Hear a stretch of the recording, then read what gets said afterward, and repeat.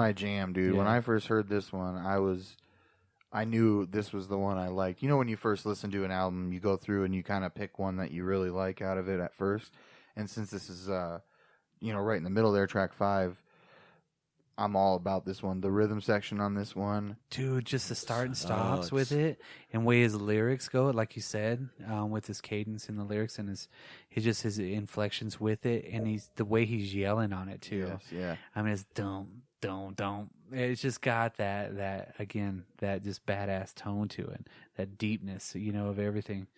Very bluesy, And there's not really a lot of lyrics in this song too, because it's more he's using his vocals as another instrument for it. Absolutely, to kind of add into it, and to keep with just that blues kind of, because it's a really bluesy kind of sounded, song to me.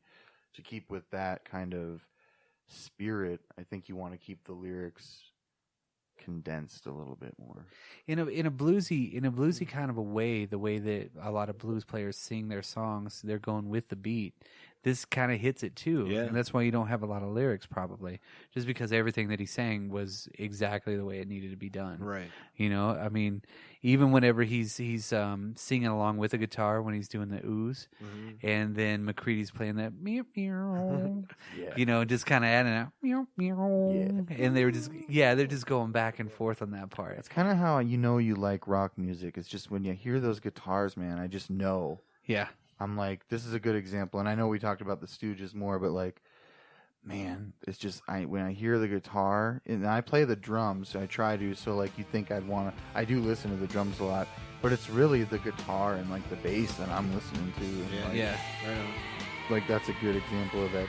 On this one. And it's so smooth too, the way he's like, pew, pew, and he just kind of like pulls it down, I mean, it's just very, very smooth. It's like honey dripping out of his fingertips. You know what I mean? I mean, it's just badass. Then the next song is my favorite song out of the whole deal. This is Lifeless Dead. This is the one that he plays the 12-string on. And at the Live at the Moore show, it has him playing that 12-string for it. And I think he said something about it the last time I read about it. It was so fucking heavy. That guitar was so heavy, he bought it on a whim. Now, if you look at Pearl Jam's guitar collection, they own I think the most guitars in the Western Hemisphere or some shit like that. Like they have so many guitars in their shit. It's crazy.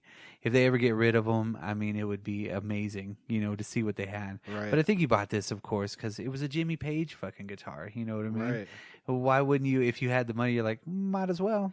Right. And what am I going to play this on? I don't want to play it live. And then he does bring it out live at that Moore show, and he plays 2 songs on it, I think. And this is one of the ones that he really jams on it too. I love the riff on this one. I think it's one of the coolest riffs, and I like noodling with it on my guitar. It's such an easy riff, but it's so heavy when it's just done right. I mean, it just sounds cool.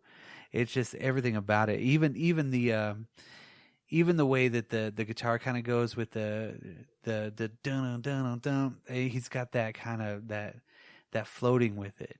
I don't know. That's not the right way to say it, but because he's kind of palm muting the stuff, and he's kind of muting it just a little bit, but he's still got the float in it in a weird way. I mean, it's just a glide. It's a badass riff. I mean, it just you're like, damn, I can't wait till he plays that riff again. Every time he plays it through that song, I'm like, oh man, I got to listen to this one again. The lyrics, man, like Lifeless Dead, that unclean bed, till or when her hunger's fed, how he'd wish that they would wed. I promise on our love, she said. Promises were never kept. Alone on dirty floor he slept. And it's like, dun, dun, dun, dun, dun, dun, dun. I just, everything about it. And oh, is this the one that has like that sped up part? Yeah. Okay, I was going to ask about that. That part is awesome, dude. Yeah, I mean, it's like it has a huge dramatic rise on it again, just like most of their songs do. Yeah. And then it doesn't let up until you get to the very end, and then it still has that kind of that really cool just like fade out for it. Yeah. That's why I like the song the most. It's just one of the coolest riffs I've ever heard, and it's so simple. Like if he was playing that 12-string and then he's just like, man, that was a badass riff. hold on, let me see if I can develop it. And he doesn't really need to do much to it, Right. It would have been so awesome to just witness that, Oh, Yeah. just watching some of that, footage from the Moore show, I was like, They just look so cool. I just would want to be there. Yeah. Well, I was going to say that's a place that, again, if I had a time machine and you want to go to cool events, you probably want to get a ticket to this show somewhere in that standing room only floor. Yeah, for sure. Just right up front, because maybe not right up front, but somewhere in there. You want to blend in. Oh yeah, yeah. But I would blend in at the very. You don't front. want to change the timeline. At all. Just right up front. No, that doesn't matter. Haven't you seen Endgame? No, Back to the Future was bullshit. But no, seriously. Like I would go to the shows I was talking about in the Stooges episode. Now in the archives, you can check on the Drop Closer podcast. Yeah, absolutely, the Stooges. And I was, this would be I was looking at footage from it and listening to on the deluxe version. You can listen to the live tracks. Yeah, man, they're on it, man. They are on it, and it's for a live show. It just seems like it magnifique. It was like a rush, but at the same time, it was effortless. They said they actually, and I'm going to be remiss. I don't remember which song it was that they wrote while they were on stage. Oh, I think it was Lifeless Dead at the Crocodile. Yeah, I think you're right. I think they wrote that one while they were there. So they did a lot of impromptu blues jams and things like that.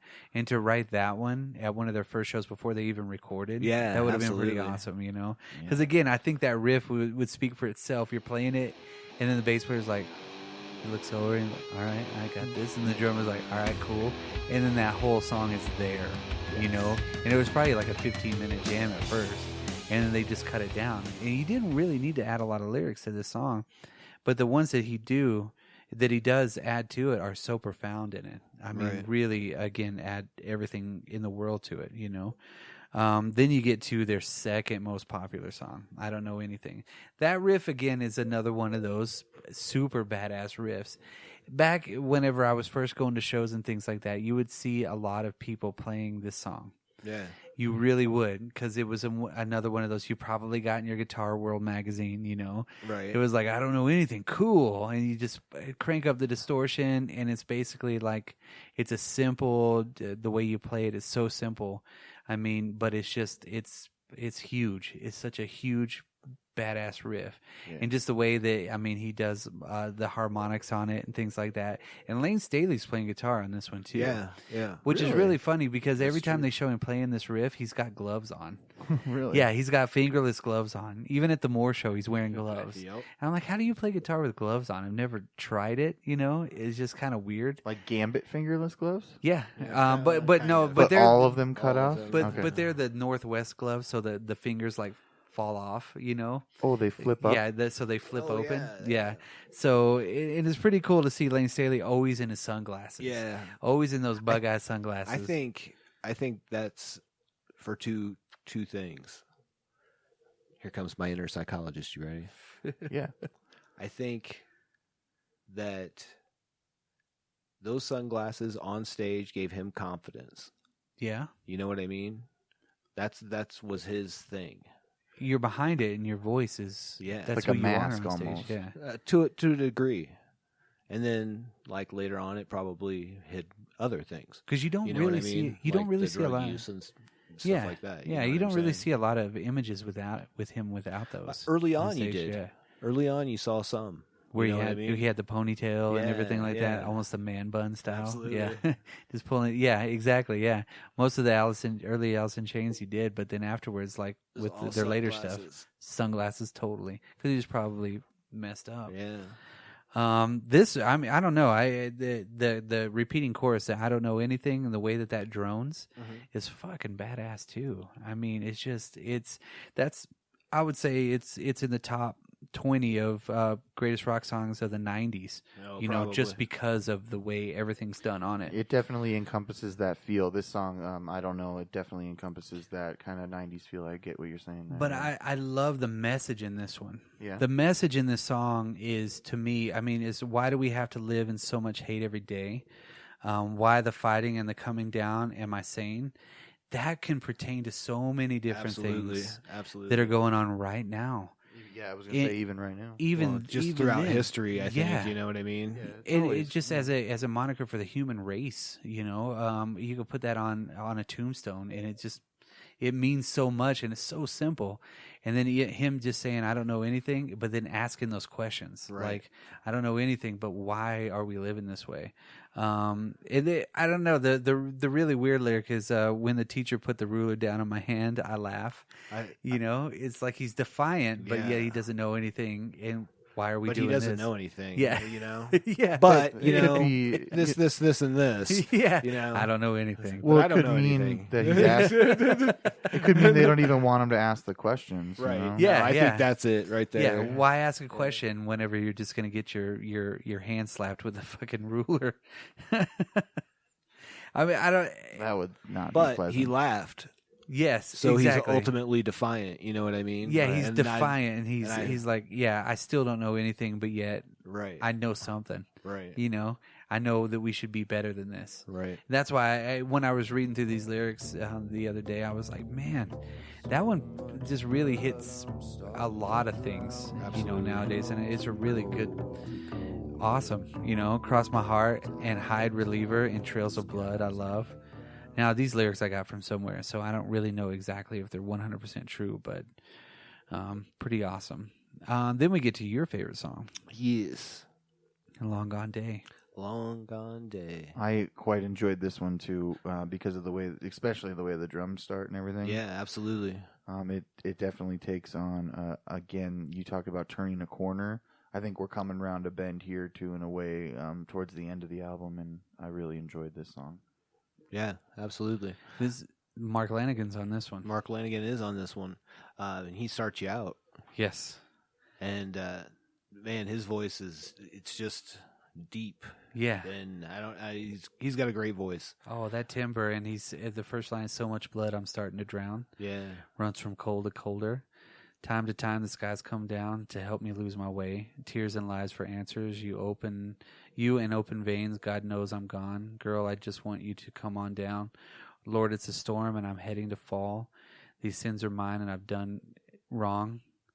Come on down. And then you hit the chorus, Long Gone Day. Yeah, I mean, it just, that's pretty awesome. And the way that they trade off on the, kind of on the lyrics of this one too. yeah. He adds that extra ambience and the extra, that's more in the Alice in Chains kind of a way. Yeah, You know, he yeah. let Lanigan take over on the vocals, which is a huge deal for any major vocalist in a band to do. Sure. But then every time that they did do the live shows with him, it was always really cool because Lanigan still sings the same way that he did back then. Yeah. Kind of off to the side almost, not really center stage. Anytime he's doing any of the extra stuff with the Queens or anybody like that, he's always kind of doing his own thing. Yeah. He doesn't want to be up front Right. like that. And you could tell Layne Staley doesn't want to either because, again, he's hiding behind Well, I things. don't think that he doesn't want to. I think he wants to. That's why he does it. Yeah. You know what I mean? And, Yeah. and it makes him ultimately more defiant, as we learned. You know what I mean? Yeah. And that's okay. I think if I meant that, if that came across as him not being a strong person, I don't think that's the No. case. But I think No, that it's not weakness. Yeah. No, he just he liked the music and being part of the ensemble. right. So he doesn't have to be the main person in the band. Oh, I was talking Yeah. about Layne Staley Oh. though. Yeah, like what I said Yeah. earlier. That doesn't mean he's not a strong person. Oh, yeah. I think that lets him be stronger. Is all I'm saying. Absolutely. Yeah. Absolutely. I like to look at it as like he's on the side. He's part of the experience far as- instead of being the single focal point Yeah. for everything, you know. Because the way Mike McCready plays on most of these too, when you see him live, it's again he's not jumping like he is in Pearl Jam. No, He's not diving around. He's not like doing the splits and the fucking. But he walks like a zombie and thrashes. Yeah. I know. He just fucking kills it on these tracks. This one, because it's a different, vibe when you're playing with different people. It's a different story, man. Sure. It's a different art. It's the same art, but you're using different paints on the canvas. You know what I mean? In this You're one, using don't they different- use the bongos too? The kind of Yeah, absolutely. They kind of use that little that more quieter sound for it, you know, and it kind of gives you that coffee shop feeling almost. And I say coffee shop, of course, I don't Seattle, want to compare it to that. But the more intimate kind of a feeling with those kind of drums like that, you know. I think it does. I know what you're saying. Yeah, it kind of it's not like you're in. I don't know if that's shop. coffee shop. But yeah, with Mark Wahlberg. Maybe like the coffee shop where they